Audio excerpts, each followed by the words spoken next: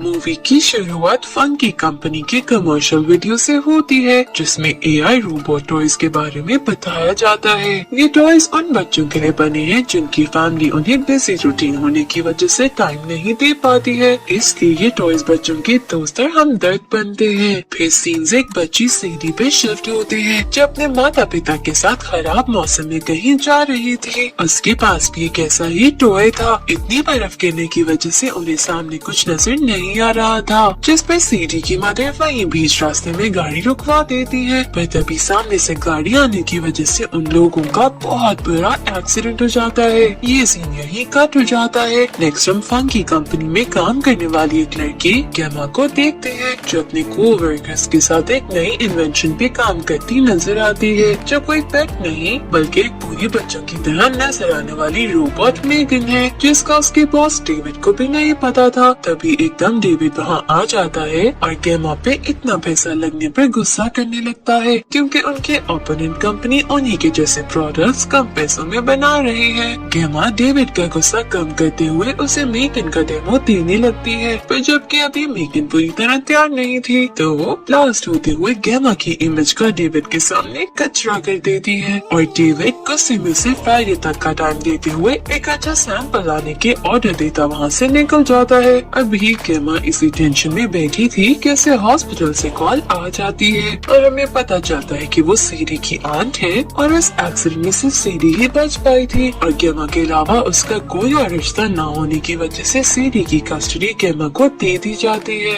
ये इन दोनों के लिए एक बहुत ही बड़ा चेंज था, पर अब इसके अलावा कोई और रिश्ता न होने की वजह से गेमा सीढ़ी को अपने साथ घर ले आती है, जहाँ वो बिल्कुल अकेले रहती थी। और अब अचानक एक छोटी बच्ची की जिम्मेदारी मिलने पर उसे समझ नहीं आ रहा था कि वो कैसे सब चीजें मैनेज करेगी। फिर भी अपने इमोशंस को साइड पे रख के वो सीढ़ी को घर की फील देने की कोशिश में लग जाती है। तभी रात में सोने से पहले सीढ़ी गेमा को से बेड टाइम स्टोरी सुनाने को कहती है, जिसकी मदर उसे रोज सुनाया करती थी। पर गेमा को तो कोई स्टोरी आती ही नहीं थी, फिर भी वो जैसी तैसी सिचुएशन को हैंडल कर लेती है और फिर सीढ़ी को सोने का बोल के वो अपने काम करने चली जाती है, जहाँ पीछे से उसे सीढ़ी के रोने की आवाजें आती हैं, जो उसे दुख तो बहुत देती है, पर उसे समझ भी नहीं आता कि वो सीढ़ी को कैसे कन्फ्रंट करे। अगले दिन गेमा अपनी फ्रेंड से इस बारे में बात करती है कि पहले उस पे काम का इतना प्रेशर है और ऊपर से एक बच्ची की जिम्मेदारी वो कैसे पूरी करेगी,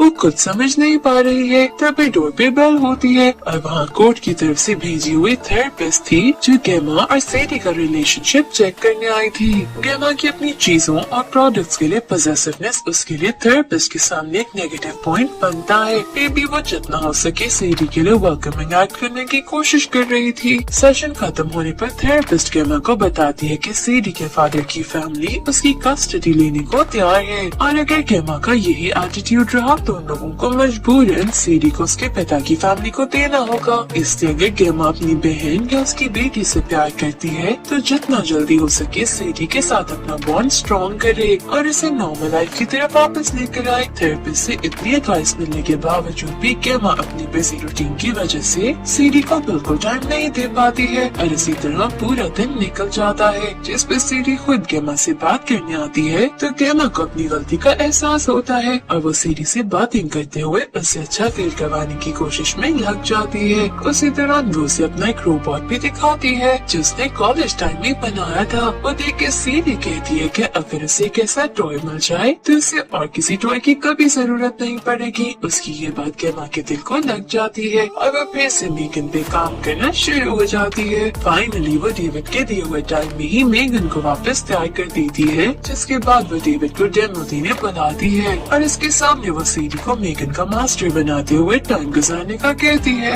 मेगन सीढ़ी को इतनी अच्छी कंपनी देती है कि डेविड भी इम्प्रेस होते हुए गेमा के इस प्रोजेक्ट को अप्रूव कर देता है। अब बस इन्हें चेयरमैन को राजी करना है ताकि वो मेगन को पब्लिकली लोगों के सामने ला सके। फिर चेयरमैन को मनाने के लिए डेविड गेमा को कहता है कि वो सीढ़ी को भी इस प्रोजेक्ट का हिस्सा बनाए ताकि सीढ़ी मेगन के साथ ज्यादा से ज्यादा टाइम गुजारे और ये लोग सिर्फ एड्स नहीं बल्कि एक एग्जाम्पल के साथ चेयरमैन और फिर पब्लिक को इस रोबोट की अहमियत बता सके, जिस पर गेमा मान जाती है। फिर क्या था, एक तरफ गेमा और उसकी टीम मेगन के अंदर हर तरह की इंफॉर्मेशन डालते हुए उसे हर दिन के साथ मजीद एडवांस करने लग जाते है। वहाँ सीडी ज्यादा से ज्यादा टाइम मेगन के साथ बिताने लगती है। गेमा का कहना था कि इससे पेरेंट्स का 80% टाइम बचेगा जो वो और प्रोडक्टिव जगहों पे लगा सकते हैं। साथ ही साथ ये रोबोट बच्चों को बेसिक मैनर्स भी सिखाएंगे जो पेरेंट्स के 100 बार कहने पर भी बच्चों के दिमाग में नहीं बैठते। पर जब एक दोस्त ने वही बात समझाई तो वो फौरन मान जाते हैं। ऐसे ही ये रोबोट्स उनके दोस्त बनकर उन्हें सही रास्ते पर लेके जाएंगे। सीडी दिनों में ही मेगन के बहुत क्लोज आ जाती है जो बात गेमा को तो बहुत अच्छी लगती है। पर उसकी दोस्त से समझाती है कि उन्होंने ये रोबोट पेरेंट्स को मदद करने के लिए बनाया था ना कि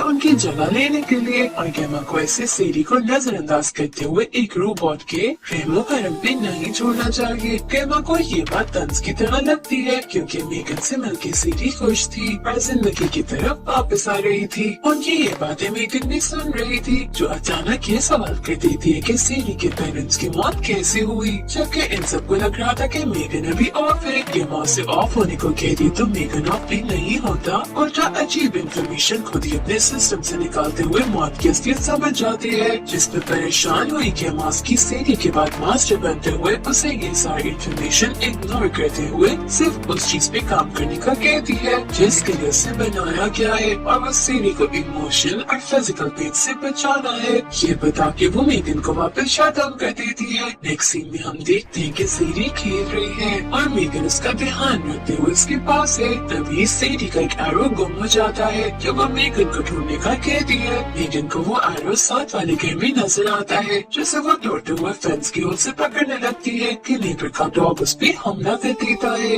ये देखते हुए सीडी उसकी मदद के लिए जाती है कि डॉग उसे भी काट लेता है। आवाज़ें सुन के गेमा वहाँ आती है और उन दोनों को बचाती है और नेबर को भी खूब बातें सुनाती है, जिसके बाद वो सीडी को दवाई लगाने अंदर ले जाती है और पीछे से मेगन खूनखार नजर से नेबर और उसके डॉग को देखती नजर आती है। रात में अचानक हम मेगन को एक्टिवेट होते देखते हैं और फिर किसी को डॉग को उसके मास्टर की आवाज से अपनी तरफ बुलाते देखते हैं तो शायद मेगन ही थी। फिर सुबह होने पर उस लेडी को अपना डॉग कहीं नहीं मिलता, जिस पर वो परेशान नजर आती है। वहीं गेमा सीडी के पास पहुंचती है और उससे बात करने की कोशिश करती है। फिर बार बार मेगन बीच में बोलते हुए उसे ऐसे एक्ट करती है जैसे उसे सीडी की ज्यादा फिक्र है, जो बात गेमा को थोड़ा इरिटेट करती है। फिर सीडी की तबीयत बेहतर होने की वजह से गेमा उसे और मेगन को चेयरमैन के सामने डेमो के लिए ले जाती है, जहाँ हम देखते हैं कि सीडी अपने मॉम डैड को याद करते हुए रोने लगती है। हमारी मेगन एक रोबोट होने के बावजूद भी बहुत सारे इमोशंस के साथ उसे कन्फ्रंट करने लगती है जो शायद उसकी प्रोसेसिंग में था भी नहीं। पर दिन ब दिन इंसानों में रहते हुए वो खुद ही बहुत कुछ सीखने लगी थी। उसका ऐसी सीडी का ख्याल रखना सबके दिलों को छू जाता है और ये प्रोजेक्ट सब अप्रूव कर देते हैं। यही नहीं, चेयरमैन गेमा की बहुत तारीफ करता है और इसे यकीन दिलाता है कि एक बार मेगन लॉन्च हो जाए तो वो उसकी प्रमोशन भी कर देगा। सीरीज के सिर्फ होती है जो हमें गेमा के डॉक्टर से मेगन के बारे में सारे इंफॉर्मेशन खिलाते हुए नजर आता है। और स्टार्टिंग सीन में हमने देखा था कि डेविड गेमा भी गुस्सा हो रहा था क्योंकि ऑपोजिट कंपनी कम बजट में सेम प्रोडक्ट्स बना रही है, तो शायद डेविड के असिस्टेंट का ये चंदा खरीदी करते हुए सारी डिटेल्स उस कंपनी तक पहुंचा रहा है। नेक्स्ट सीन में गेमा सीडी से बात करते हुए उसके साथ टाइम गुजारने की कोशिश करती है। पर सीडी को तो उससे बात करने में ज्यादा दिलचस्पी नहीं होती क्योंकि उसका सारा ध्यान सिर्फ मेगन में था और गेमा की बहुत कोशिश के बाद भी वो सीडी से 5 मिनट में से बात नहीं कर पाती। फिर सीडी ऑब्जर्व करने के लिए गेमा के ऑफिस आ जाती है जहाँ वो सीडी से बात करने की कोशिश करती है। फिर अक्सर उनका दुनिया चला के वो सीडी को बहुत इमोशनल देती है। सीडी को ऐसे हर्ट करके मेगन एक्टिवेट होते हुए कॉन्वर्सेशन के बीच में एक थेरेपिस्ट को ऐसे सीडी को हर्ट करने से मना करती है। फिर एक थेरेपिस्ट भी हैरान हो जाती है, जिसके बाद वो गेमा को समझाती है कि सीडी जैसे रोबोट उनके साथ अपना पर्सनल नहीं है, जो भी वो लोग एक तो है उससे छोड़ जाएगा। तभी सीडी को उससे भी बुरा होने जाएगा जिसकी पीढ़ी से छोड़ के जाने के बाद हुआ था। इससे इस व्यक्ति को करके नहीं होती दवा की टेंशन सीडी थी जैसे सीडी को लगेगी से सच्ची कहानी कहती है। तभी इंग्लिश में बोलना शुरू हो जाती है। इस सीडी से सीडी को करने लगती है। इस सीडी को नहीं जाना चाहती थी तो उसके बाद हाई स्कूल का आती है। इस